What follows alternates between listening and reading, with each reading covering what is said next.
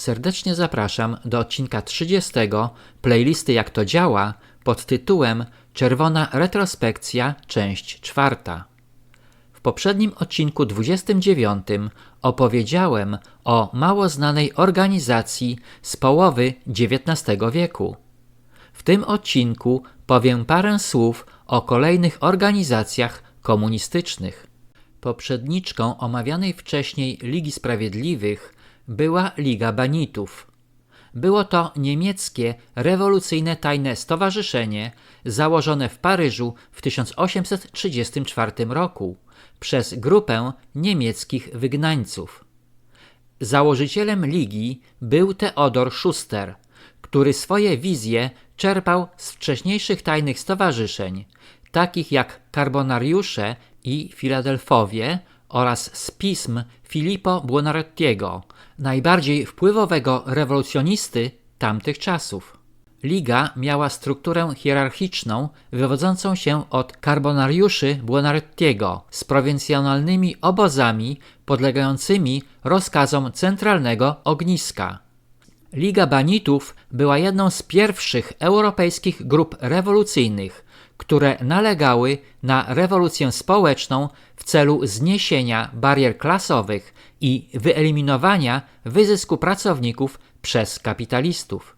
Schuster twierdził, że główne podziały w Europie jego czasów dotyczyły klas, a nie narodów i proklamował przyszłą republikę spółdzielczą, w której spółdzielnie chłopskie i interwencja rządu będą trzymać pod kontrolą wpływy bogatych kapitalistów. W ten sposób Liga była pionierem ideologii, do których odwoływały się późniejsze tajne stowarzyszenia i reżimy komunistyczne. W szczytowym okresie Liga liczyła około 200 członków. Połowa w Paryżu, a reszta w najbardziej na zachód wysuniętych Stanach Niemiec. Liga nie doprowadziła do żadnej rewolucji i w wyniku sporów wewnętrznych rozpadła się, a jej członkowie zasilili tajne stowarzyszenie o tej samej strukturze, czyli wspomnianą Ligę Sprawiedliwych. 83 lata później, w sierpniu 1919 roku, została utworzona Komunistyczna Partia Pracy Ameryki, której założycielami byli członkowie skrajnej lewicowej Socjalistycznej Partii Ameryki. Zaledwie kilka dni później powstała konkurencyjna Partia Komunistyczna Stanów Zjednoczonych. Powstaje pytanie, na czym polegała owa konkurencyjność, skoro obie partie były komunistyczne. Ostatecznie doszło do połączenia partii w grudniu 1921 roku i powstała Robotnicza Partia Ameryki, która natychmiast przyłączyła się do międzynarodówki komunistycznej Komintern. Program partii obejmował tworzenie ruchu związkowego i lobbowaniu na rzecz poprawy praw pracowniczych. Powstaje pytanie, kto za to płacił i czy składki członków partii były wystarczające na te ambitne cele. Pod koniec lat 20. rozpoczął się proces stalinizacji partii i zaczęto usuwać z jej szeregów polityków, których poglądy nie były zgodne z linią wyznaczoną przez Komintern. Partia głosiła potrzebę zniesienia kapitalizmu i wprowadzenia w Stanach Zjednoczonych systemu wzorowanego na radzieckim. W 1932 roku partia wystawiła kandydaturę Williama Fostera w wyborach prezydenckich. Polityk ten mówił o utworzeniu Ameryki Radzieckiej, w której wszystkie kapitalistyczne partie, w tym socjaliści, zostałyby rozwiązane, a media trafiły pod kontrolę rządu. W 1935 roku przedstawiciele Komunistycznej Partii Stanów Zjednoczonych przestali poruszać kwestię rewolucji komunistycznej, a zaczęli akcentować potrzebę sojuszu z ruchami umiarkowanymi. Dlatego też komuniści przystępowali do mniej radykalnych partii. Członkowie partii komunistycznej aktywni byli w organizacjach liberalnych, afroamerykańskich, pacyfistycznych, kulturowych i studenckich. Zdominowali też związki zawodowe w kilku branżach, a pod koniec lat 30. liczba członków partii przekroczyła 65 000. Jednym słowem, komuniści zaczęli przenikać do innych organizacji, często nie mających z komunizmem wiele wspólnego.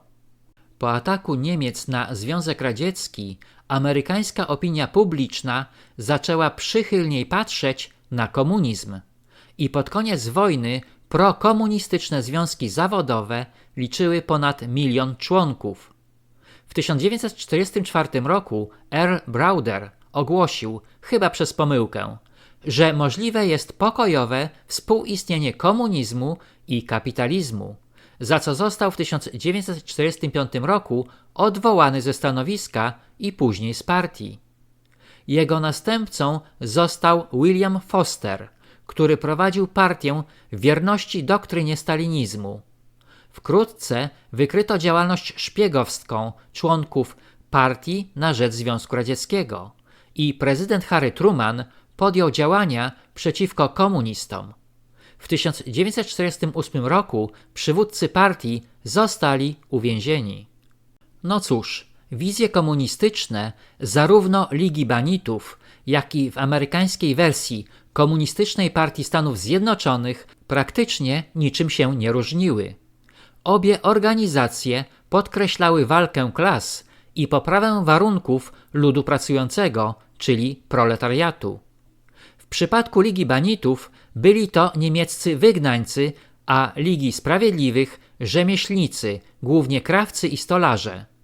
Komuniści amerykańscy rzekomo walczyli z kapitalizmem, ale wkrótce zaczęli przenikać do innych struktur liberalnych i kulturowych, a szczególnie studenckich, gdyż to młodzież jest najbardziej podatną grupą na manipulację.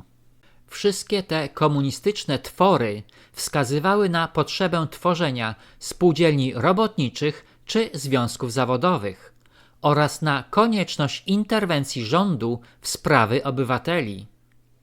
Najistotniejsza różnica pomiędzy wspomnianymi komunistycznymi organizacjami polegała na tym, że zarówno Liga Banitów, jak i Liga Sprawiedliwych były tajnymi stowarzyszeniami, a Komunistyczna Partia Stanów Zjednoczonych nie tylko była jawną, ale również całkowicie legalną partią.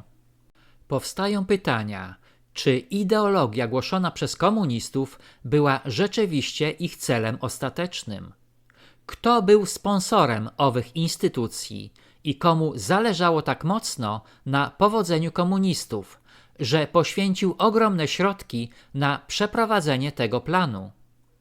Odpowiedź na pytanie pierwsze można znaleźć w naszej współczesnej rzeczywistości, gdyż nasze małe imperium znajduje się właśnie w zaawansowanej fazie realizacji celów komunistów. Nie ma żadnej poprawy warunków ludu pracującego, któremu odbiera się własność prywatną i oszczędności. Nie ma mowy o żadnej wolności czy demokracji, ale mamy rozbudowany do niesłychanych rozmiarów aparat represji, czyli biurokrację, tony aktów prawnych przeciwko obywatelom, ustawy antypolskie oraz niszczenie suwerenności narodu i dyktatura władzy. Proszę zwrócić uwagę na niesamowity lobbying ideologii komunistycznej na skalę ogólnoświatową, dokonywany przez najpotężniejszych i najbogatszych na świecie rzymskich sponsorów. Powstaje pytanie, czy inwestowanie w ideologię komunistyczną skierowaną przeciwko bogatym nie jest strzelaniem sobie w stopę?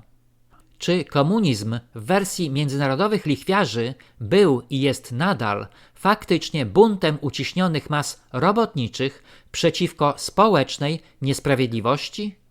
Jak wspomniałem wcześniej, liczba ofiar komunizmu była ogromna i według Czarnej Księgi Komunizmu liczba ta w samym Związku Radzieckim sięga 20 milionów, a cały system komunistyczny w Europie, jak i w innych krajach pochłonął prawie 100 milionów istnień ludzkich.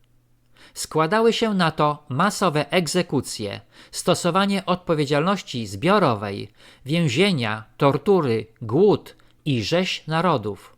Dziękuję za wsparcie mojego kanału przez Buy Coffee Tu, link pod filmem. Na tym zakończę odcinek 30, w którym opowiedziałem o Lidze Banitów i Komunistycznej Partii Stanów Zjednoczonych. Serdecznie zapraszam do odcinka 31 pod tytułem Czerwona retrospekcja, część 5.